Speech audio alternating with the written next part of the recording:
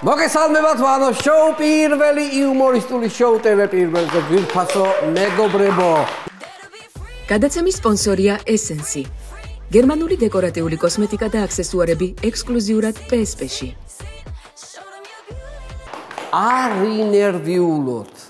ინერვიულოთ, დაწყნარდით ვირფასო ტელემაყურებლებო, არაფერია საგანგაშო. ვაგრძელებთ ისევ იმ წუმპეში ცხოვრებას, რომელიც 4 ოქტომბრამდე იყო. ნუ ნერვიულობთ, რაც იყო ისევ ისეა, არაფერი არ შეცვლილა. აი მაგალითად, როგორც 4 ოქტომბრამდე ვიწყებდი სინდისის პატიმრების სოლიდარობით, ისევ ვიწყებთ ვირფასო მეგობრებო. სოლიდარობას ვუცხადებ ჩვენი გუნდის წევრ ონისეს ცხადაძეს, რომელიც ძალიან მოგვენატრა ყველას და მასთან ერთად ყველა სინდისის პატიმარს 4 ოქტომბრის შემდეგ 36 პატიმარი შეემატა და კიდევ ემატება ამ სიას, მალე გათავისუფლებას გისურვებთ ყველას.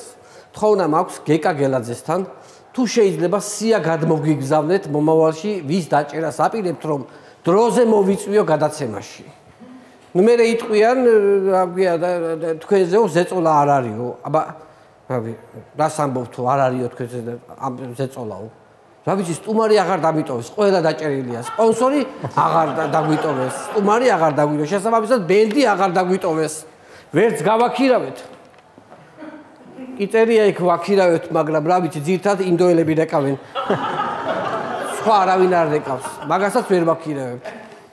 ხო და რა ვიცი, მეტი ზეწოლა რა გაგიდა, თუ ტანსაცმელი ჯერჯერობით გვაქვს და მაცვია, ნუ გასაგებია, თუ გინდა ამასაც ესეც შემომახიეთ და წაიღეთ, მაგრამ ძალიან უცნაურად განვითარდა მოვლენები 4 ოქტომბერს აქციაზე შეიკრიბა ხალხი, პაატა ბურჭულაძემ წაიკითხა დეკლარაცია, შემდეგ გამოვიდა ბატონი მურთა ზოდელავა და განაცხადა წავიდეთ პრეზიდენტის რეზიდენციაში და ავიღოთ ორბელიანის სასახლის გასაღებიო. რამდენიმე კაცმა ხელით წააქცია ღობე და შევიდნენ ეზოში. აი ეს ღობე როგორ აღიხსნათ, ისე ქონდა დატოვებული, რა ვიცი, ყოველ შემთხვევაში თანამშრომლებისთვის შიგნიდან გამაფრთხილებელი აბრაცკი იყო დაკიდებული, ნუ მიეყარდნობით. აი მეტროს კარივით იყო, ნუ მიეყარდნობით. რა ღობე იყო ეს, რა არის ასე იგი. ნუ ამ ყაველაშვილს გუნჩი ხომ სააკაშვილს ეძახია. დაცვით ხომ 5 სპეცრაზმელი იცავდა და ღობეც კი ფაიფურის ჰქონდა პირდაპირ. ერთი მიწოლით გადაჯეგა 2 კაცმა. შიგნიდანაც კი არ შეცვიდა. ხალხი აშკარად შეეცოდათ შიგნით რო შესულიყვნენ. რა ვიცი, თუ ვინმე უნდა იყოს გულნატკინი და დათრგუნული, ეს არის ყაველაშვილი. ხალხსაც ფეხებზე ეკიდა და მთავრობასაც. რა ვიცი, რას წარმოიდგენდა, თუ ღობეც კი არალეგიტიმური ექნებოდა, რა ვიცი, გაუგნებული არის კაცი. მოკლედ რეზიდენციის ვერ განხორციელებული გეგმის შემდეგ დააკავეს აქციის ორგანიზატორები და მონაწილეები. ნუ ექს-პრეზიდენტით დაწყებული, მსოფლიო ბანით გაგრძელებული, პოლიტიკოსებით, ბავშვებით, მსახიობებით, იუმორისტებით და ჟურნალისტებით დამთავრებული ყველა ციხეში ჩასვეს ქოცებმა, ვირფასო მეგობრებო. ასე თუ გააგრძელეს, მალე შეიძლება თავიანთ სამშენებლოებს კომერციული ფართის ნაცვლად მიკროციხეების მშენებლობები დაავალონ, რომ ყველა უბანში იყოს თითო ციხე. სუპერმარკეტებივით რა, გვექნება ციხეების ქსელი 2 საკანი. ყველა უბანში ხوار და 2 საკანი აქაც იქნება. ესე იგი, რასაც ვამბობდი და ხალხს არ ეჯერა, ზუსტად ისე მიდის ყველაფერი. ამბობდნენ, ამას ვერ გაბედავენ და გაბედეს. ამბობდნენ, საქართველოს ბელარუსი არ გახდებაო და გახდა. და ბოლო ფრაზა იყო ძალიან საინტერესო, ყველას ვერ დაგვიჭერენ და ყველას იჭერენ. აი ისევ გოხდათ შეგვისრულა ყველაფერი ამ ოქროს კაცმა. ერთი სიტყვით თუ რამე გვაქვს დასაგმობი, ახლა ერთი რჩევა მაქვს, ყველაფერს მოუყაროთ თავი, მოვაქუჩოთ და ერთიანად დავგმოთ. იმიტომ რომ აქციების გაუქმებაც უნდათ და დასაგმობი რაც არის და ეგ გრძელვადიანად რაც ჰქონდათ გადანაწილებული დაგმობისთვის, ეს ყველაფერს ერთად მოუყაროთ თავი და ერთიანად დავგმოთ, რომ მომავალში შეიძლება ახლა დაგმობას ვეღარ მოვახერხოთ და ამიტომ ვისაუბროთ ერთ-ერთ იმაზე, გავაკეთოთ დაგმობის საერთოში ყველა დასაგმობი ერთ დღეს დავგმოთ. ასე რომ მეგობრებო, არ აყვეთ ფრაზას ყველას ხომ ვერ დაგვიჭერენ. კი, მეგობრებო, ყველას დაგვიჭერენ. ციხე არ ეყოფათ, ახალ ციხეს ააშენებენ. დამატებული ციხეებიც აღარ ეყოფათ, მე ერთ დიდ გალიას შემოავლებენ საქართველოს და ვიქნებით საქართველოს დემოკრატიული პენიტენციური რესპუბლიკა. 5 ოქტომბერს დაისვა ასეთი კითხვა, სად იყავით 4 ოქტომბერს? მაგ მუსიკა უნდა შედიოდეს მე მაქვს ერთი ესეთი იდეა, მე რომ გაუგებრობა არ იყოს, უნდა ვიაროთ მეტრიანებით, ძვირფასო მეგობრებო, აი ესეთი მეტრიანებით, აი ესეთი და უნდა გავზომოთ დაშორებები. სიტყვაზე, ხო? დაშორებების გავზომავთ. აი მაგალითად დამხობის დროს ვიდექი ბურთა ზოდელავადან ზუსტად 66 სანტიმეტრში. მე ვიდექი 55 სანტიმეტრში ვიღაცა იტყვის მეორე ასე. და ასე უნდა გავზომოთ, ყველაფერი უნდა აღვრიცხოთ, ვინსად რამდენ მეტრში იდგა, უნდა ვიცოდეთ. იმიტომ რომ რაღაცა რომ მოხდეს, ხო, რა ვიცი, ხან ისე ხდება, ხან ასე ხდება და სარგებელი მაინცა და ვიცოდეთ, 50 მეტრში, 60 მეტრში, 60 სანტიმეტრში, აი ესეთი ყველაფერი უნდა დავალაგოთ ესე. ეს არის სწორი, მე ესე ვფიქრობ. ვინსად ვიდექით? აღრიცხული იქნება და ნათელი იქნება ყველასთვის. 4 ოქტომბრის საპროტესტო აქციებს მხარს უჭერდა სასულიერო პირი მამა დოროთე. ნახოთ როგორი იყო ქართული ოცნების რეაქცია მის პოზიციაზე, არც მეტი არც ნაკლები. დიტო სამხარაძის პოსტიდან გამორჩეულად საინტერესო ადამიანია ეს. და წავიკითხოთ ერთი რას ამბობს მამა დოროთეზე. ეს გოთვერანი ეს. ოცნების სახე დიტო სამხარაძე მამა დოროთეზე ამბობს ამას. ეს გოთვერანი.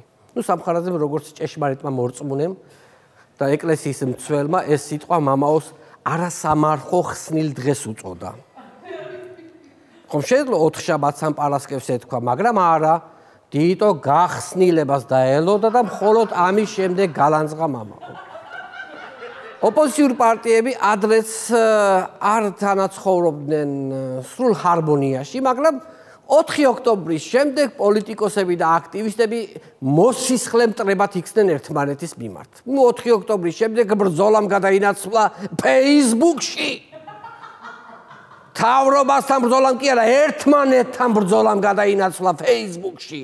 4-დან დღემდე ძვირფასო მეგობრებო, 1500 გრძელი პოსტი მაქვს საკითხული, თავი მაქვს გაბერილი და გადახურებული. ისეთ მდგომარეობაში ვარ. ჩემ თავს ვინჩივით, თვითონ ქოცები შეწუხდნენ ამათი ყურებით, ქართველები არა ყავთ ერთმანეთს ატოხოცავთ. ამ Facebook ბრძოლაში რომ ვაკვირდები, ის უფრო მაგარია, ვინც უფრო გრძელ სიბრძნეს იტყვის. და ვისი პოსტი ვისას აჯობებს იმაზე მიდის ჯახი ხოლმე. აი პოსტს როცა კითხულობდა სიმორ რო აწერია.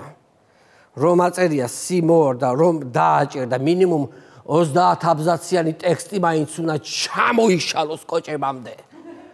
აბა ისე რა სტატუსია ძვირფასო მეგობრებო, მე ისეთ ორ სიტყვიან სტატუსები არ მიყო. აი ეს უნდა ჩამორაკრაკდეს სტატუსი ვის რა აზრი აქვს და ვის როგორი შეხედულება აქვს და გეგმები როგორი აქვს.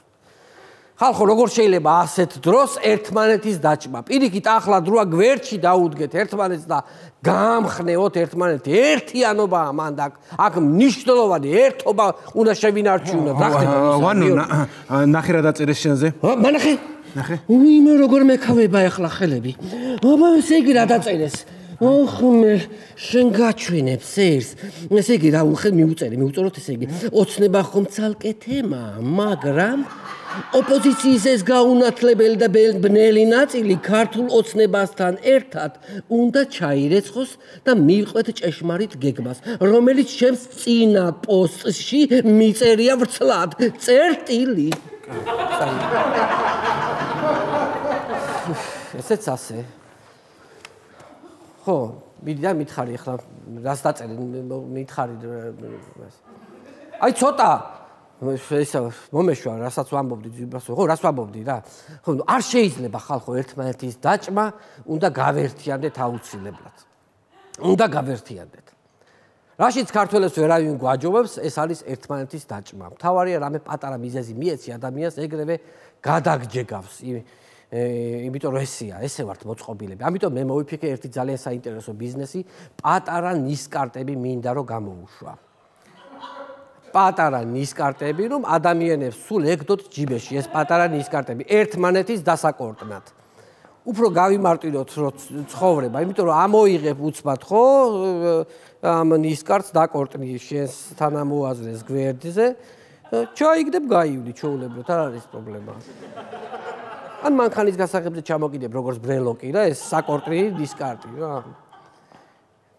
ისე რომ ვაკვირდები, მადლობა ღმერთს, რომ მე-12 საუკუნეში ინტერნეტი არ იყო.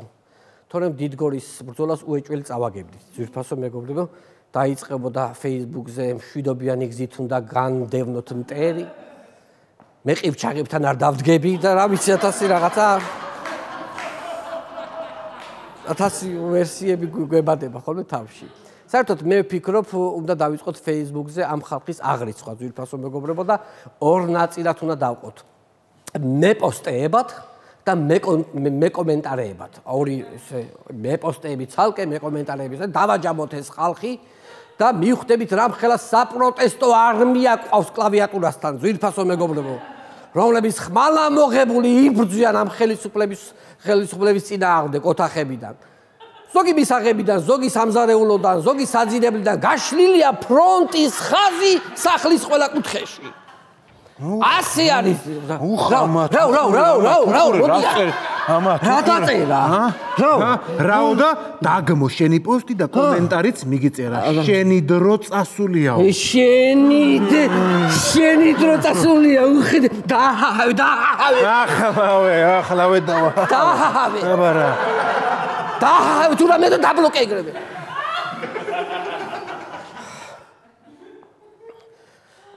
ესეც ასე. დღეს ვალი მოვიხადე ქვეყნის წინაშე რაც მქონდა. შვიდად დამეცინება. ხო მიიღო ჰაჰავი. ეი მაგის. რამდენი ჰაჰავი აქვს? 80 ჰაჰავი აქვს, ეგრე უნდა მაგას. აი ეგრე. დღეს წყნარად დამეძინება.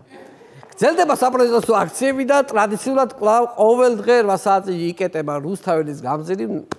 ნახოთ როგორ აფასებს ამსრულეთ მშვიდობიან აქციას ქართული ოცნების დეპუტატი ამიერკავკასიაში საუკეთესო პარლამენტის წევრი ქალბატონი ნინო წილოსანი ამიერკავკასიაში. ვერ ვიტყვით რომ პროტესტი მშვიდობიანია, რადგან რუსთაველზე გამვლელებს ezღუდება თავისუფლად გადაადგილების უფლება. მშვიდობიანი არ არის პროტესტიო. იფიქრებთ რომ ნინო აჭარბებს, მაგრამ წარმოიდგინეთ, ახლა უყურე ხა მე როგორ მესმის ნინოსი, ხო? წარმოიდგინეთ, თქვათ ნინო მიდის რაღაცა ივენტზე, ხო? ამ დროს გამზირი გადაკეტილია და შესაბამისად აგვიანებს ივენტზე მისვლას. და როცა აგვიანებს, ხო, ხა დაგვიანების გამო ადამიანს თავი ეჭრება. ხო და ადამიანს ხო თავი მოეჭრა, ხო? და ეს თავი ხომ აღარ აქვს უკვე და რანაირად არის მშვიდობიანი თავი აღარ აქვს ადამიანს.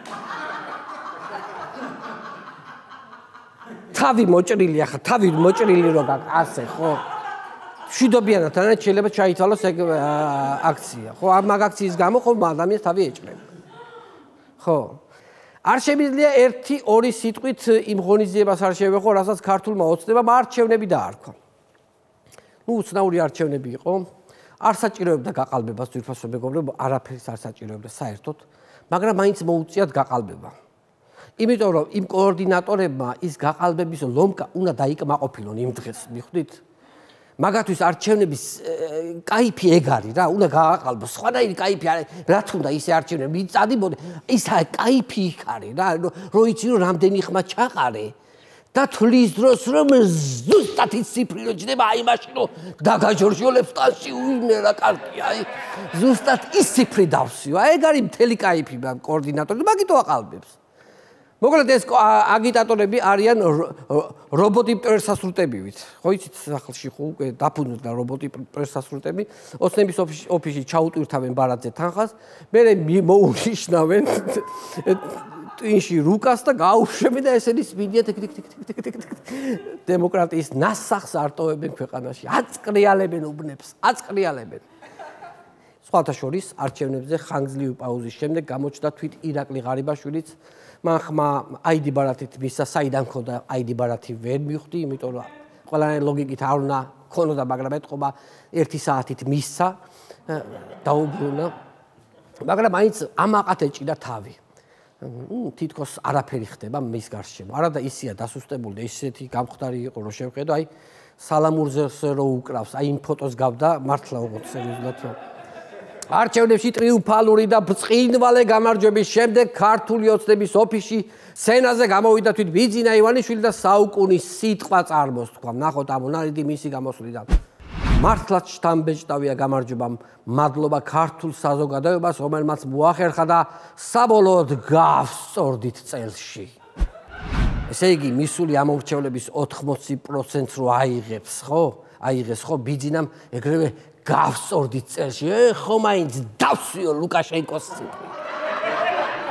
ხო გეგონათ რომ დავსვი თუ არა 80%-ო. აი ეს გითხრამით. ერთი საინტერესო ფრაზაც თქვა ივანიშვილმა, მოდი ეს ფრაზაც ვნახოთ. ქართულმა ოცნებამ თავისუფალი ცხოვრების დაფუძნება მოახერხეთ. თავისუფალი ცხოვრება დავაფუძნეთო. დააფუძნეს თავისუფალი ცხოვრება. ხო, მართალია. თავისუფალი ცხოვრება დააფუძნა, მშვიდობა დააარსა, საფუძველი ჩაგვიყარა, მერე ცა შექმნა, მერე მიწა და მე-7 დღეს დაისვენ.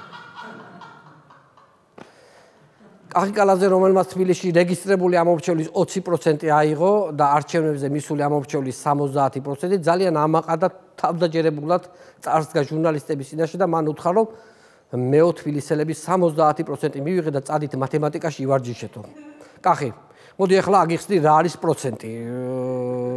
სიტყვა არა, სიტყვა შეიძლება გაგიგია, მაგრამ ზოგადად არცი რა ხდება, პროცენტში რა მდგომარეობს, რაში მდგომარეობს.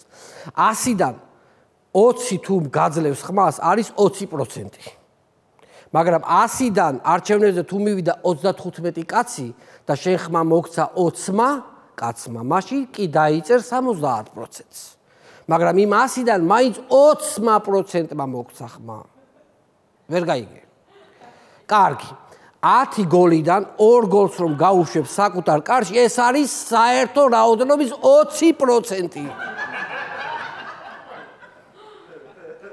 ძველია, მაგრამ მაინც ჩაგიტყი ხა შენ ამბავში, აიც ვიცი რომ არ მოგეწოდებოდა, მაგრამ ჩაგიტყი ეგ ამბავში. დასავლეთი ჩატარებულ არჩევნებს კრიტიკით შეხვდა და კვლავ მოუწოდა მთავრობას რომ დაუბრუნდნენ დემოკრატიის გზას და გაათავისუფლონ პოლიტპატიმრები. ალბათ გაინტერესებთ ჩვენი მთავრობის პოზიცია. ქართული ოცნების ფალავანის ირაკლი კობახიძის ორ განცხადებას შემოგთავაზებთ და ნახოთ როგორ მიმართავს ის ევროპელებს, როგორც ყოველთვის. ევროპა როგორც ასეთი არ არის პანაცეა, ევროპა იყო ბატონი გებელსიც. ამაზე გერმანიის ელჩი საერთოდ გადაირია, მაგრამ ამაზე მე შემდეგ გადაცემებში ვილაპარაკოთ.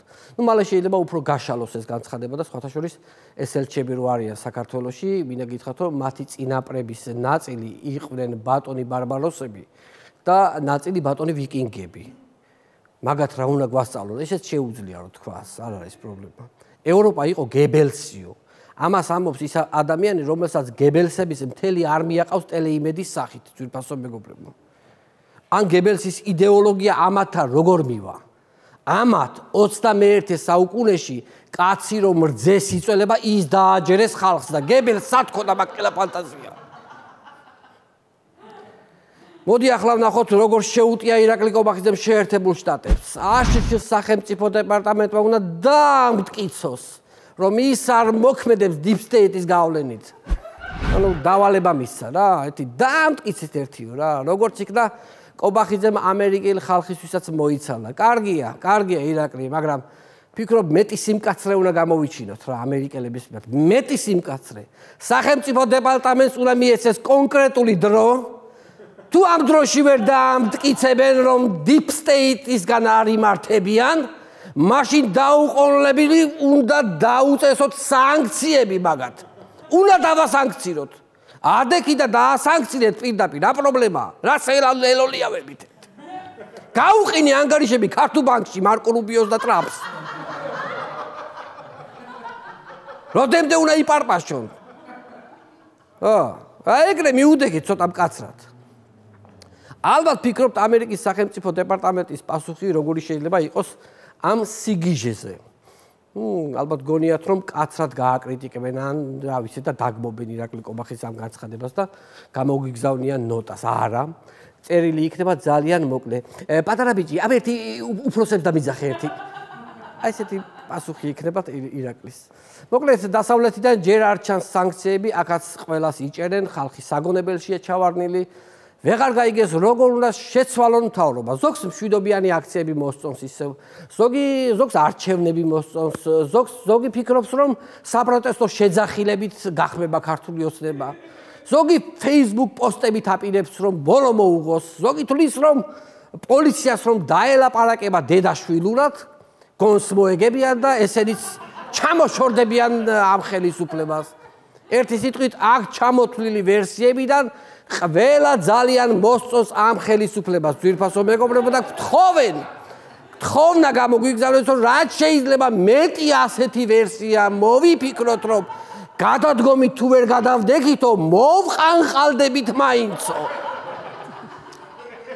მოკლედ სულ მოუთქმელად ელოდებიან ახალ მშვიდობიან ფორმებს ძვირფასო მეგობრებო და აბა ჩვენ მიცით როგორი კრეატიულები ვიქნებით. როგორი კრეატიულები. ძალიან დიდი მადლობა. ეს იყო ჩემი მონოლოგი და იმედია სულ მალე ჩვენ შოუს გააფორმებს ბენდი თამუნა ლეკვეიშვილის ხელმძღვანელობით. მადლობა. გადაცემის სპონსორია Essence. გერმანული დეკორატიული კოსმეტიკა და აქსესუარები ექსკლუზიურად PSP-ში. იპოვე ჩვენი არხი შენი ტელევიზორის პულტზე. მაგთი ნომერი 45. სილქნეტი 345. ახალი ქსელები 345. მარტივი 45.